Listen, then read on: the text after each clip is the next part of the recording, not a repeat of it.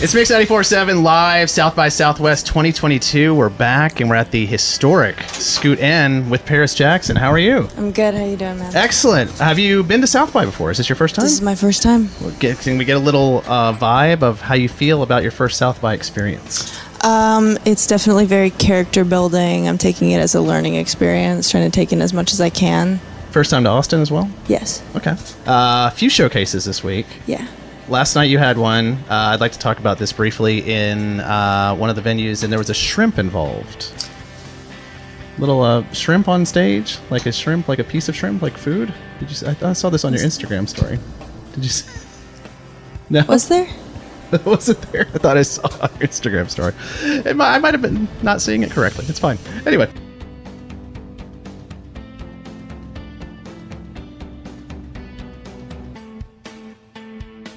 So, I want to talk about congratulations on the EP, Lost. Thank you. Beautiful. It actually kind of has a little bit of an Austin sound to it. Recorded where, in LA?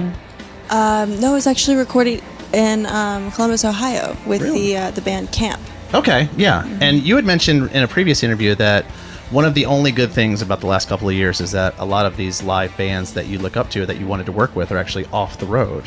Yeah, well, there were a lot of really amazing things that have happened in the last few years, but that is definitely one of the top things. But yeah, a lot of people that I've wanted to work with and collaborate with have had more time to work with other people instead of tour. Excellent. I want to talk about how you found your sound musically. Obviously, you come from a musical family. How was it a struggle finding your own sound, or was it just something that kind of like came to you as the years went along? I wouldn't say that I found my own sound. I mean, I take a lot from the bands and artists that I listen to. Like the sound that you'll hear tonight, if you stick around, is very, very inspired by bands like Nirvana and Interpol and Smashing Pumpkins, and you can really hear it. I can't take credit for that kind of stuff, but and even like my writing is very, like my lyrics are very heavily inspired by Andy Hull from Manchester Orchestra or Connor Oberst from Bright Eyes. I kind of listen to everything. So I feel like whether consciously or subconsciously, I'm always taking pieces from all different genres.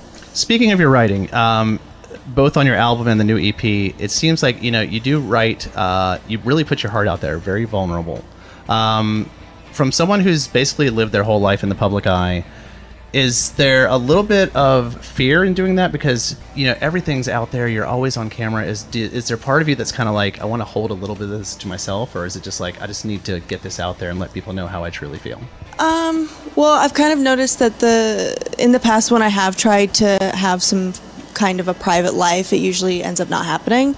So it's kind of just like, it just makes sense for me to be in entertainment. It's not like I could go be a nurse, you know what I mean? Like, it'd be weird having paparazzi in a hospital trying to get pictures, you know what I mean? Like, yeah. It's just like, it makes sense for me to just go into entertainment. Sure. And also it would be kind of a waste of the platform that I was born with, to not use it for something good, like helping people, whether it be through activism or charity work or, a heart-to-heart with a fan, or making music that makes some people feel heard. Mm-hmm. It would feel like a waste to just throw that away and kind of selfish to go into hiding and not use it for good. Speaking of your past, you've talked a lot about this openly, about some struggles you've had in terms of mental health and stuff like that. And how important is it to you to be a voice for the voiceless, or people that might hear your music or see an interview from you and be like, hey, I relate to this girl because I'm going through some things, and she's out there and she's